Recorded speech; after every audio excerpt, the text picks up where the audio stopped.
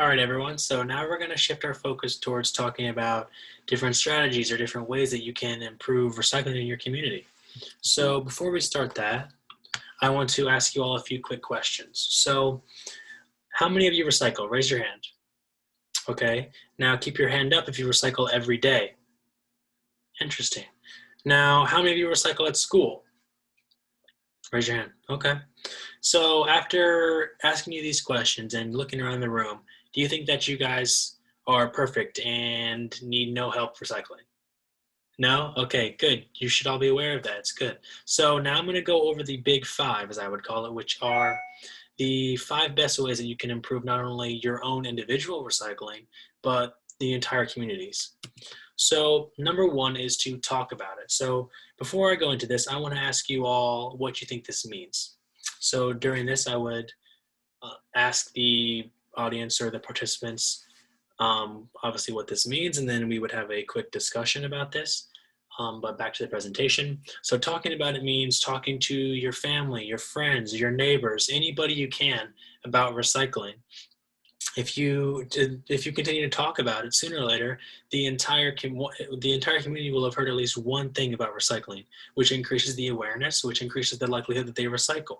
So if I ask you this question, if you all continue to talk about it more and more, and everyone in your community now knows how to recycle, where to recycle, different the most effective ways that they can personally recycle, do you think that they will recycle more, or do you think they will recycle less?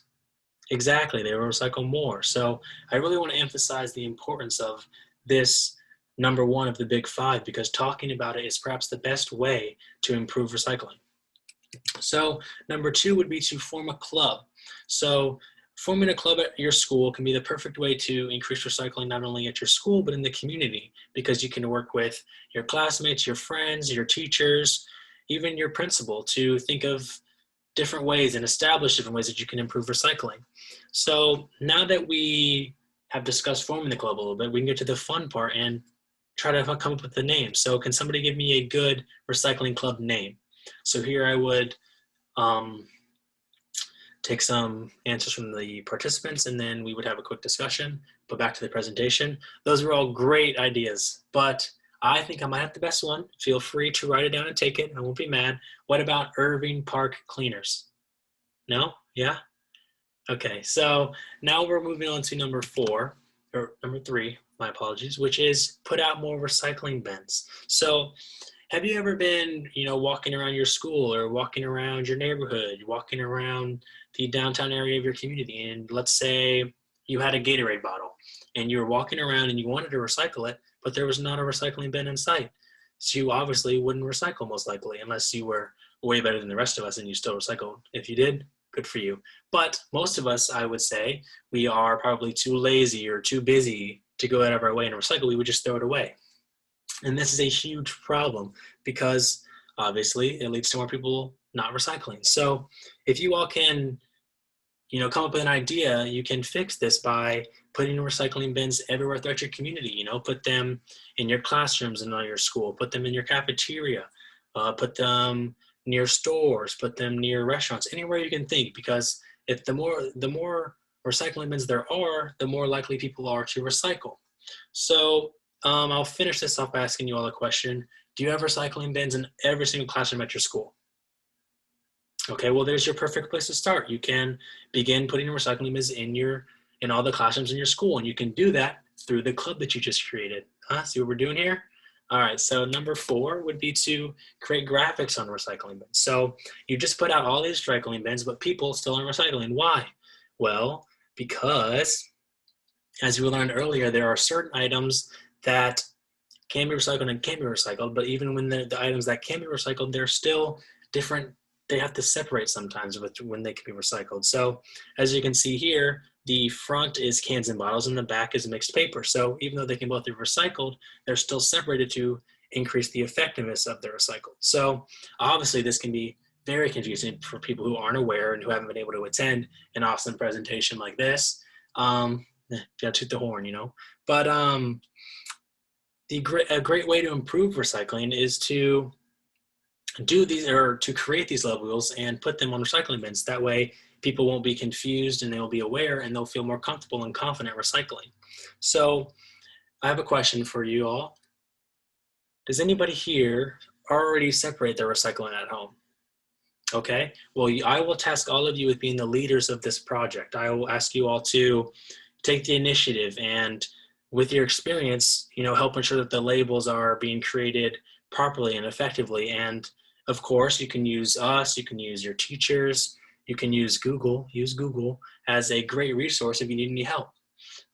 So the last one, number 5, would be to create recycling contests at your school.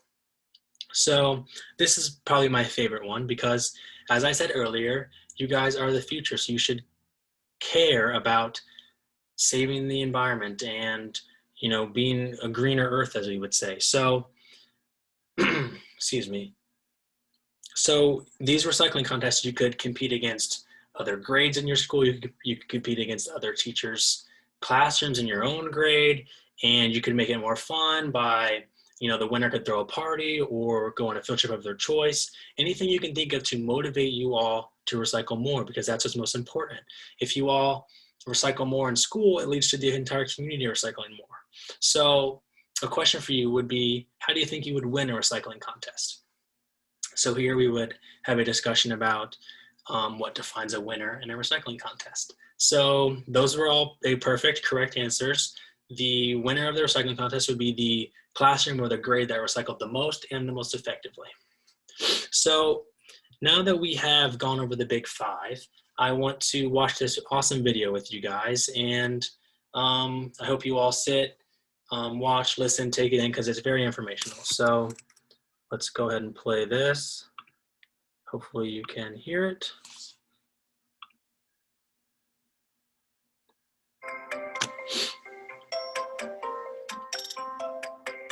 There's a good chance you're recycling all wrong, meaning that most of your recyclables are just ending up in the trash.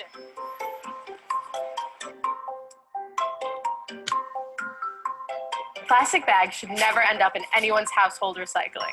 Once they get to the recycling plant, these just become landfill trash.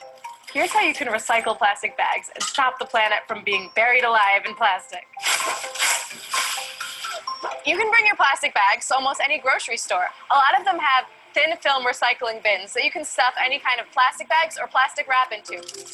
Anything that feels like a plastic bag can be put into the film recycling bin, but recycling machines can't separate this type of plastic from another, such as with candy wrappers and chip bags. Those are always trash. Cables and wires, such as VHS tapes, coat hangers, can all get tangled and wound up in a recycling machine. Batteries contain toxic and corrosive materials. Razors, broken glass, or anything like that is unsafe to recycling workers. Also, maybe don't try to recycle a bowling ball. Apparently that's a big problem. Instead, what you can do is collect all of your old batteries and electronics and bring them to an electronics store. Most should have an e-waste bin. Another thing you can do is Google a mail-in program, where you can send your batteries to a facility that can recycle them properly.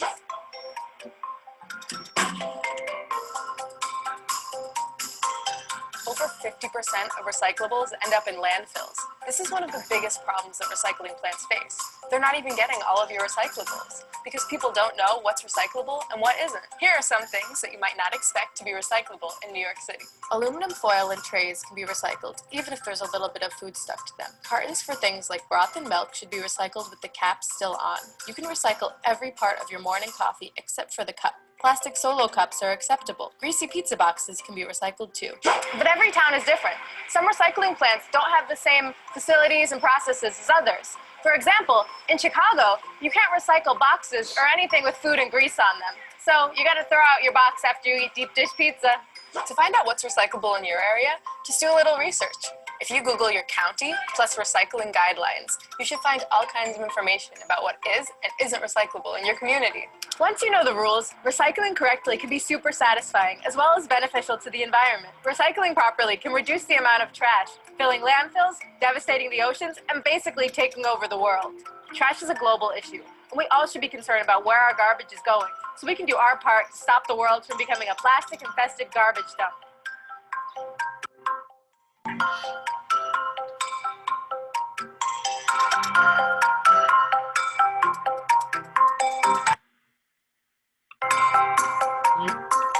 see? There we go.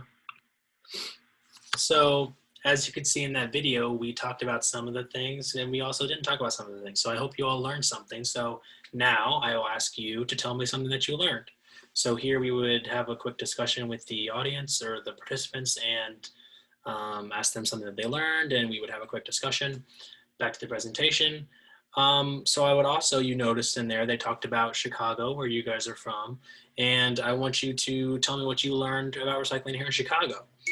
So here the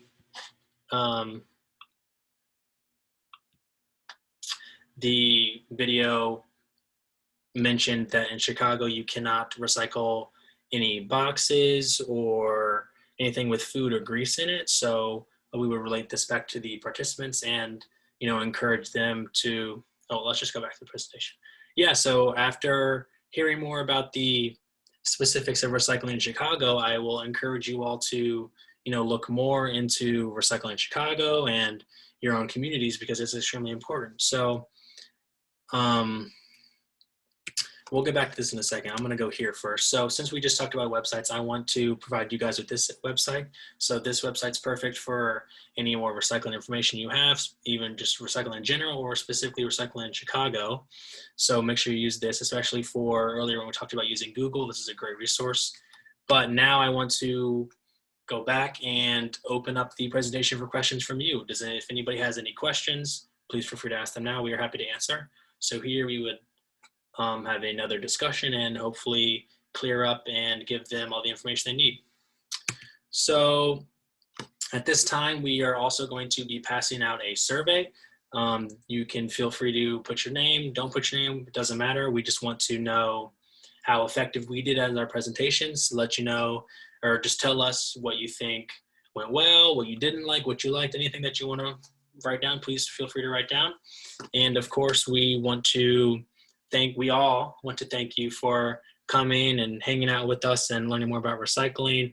And we hope that you continue to learn more, but more importantly, teach others. We want you to, as we talked about earlier, talk about it. We want you to teach others and bring more awareness to recycling. So we hope that you continue to do that. And we want to leave you with this, of course, don't be trashy, recycle.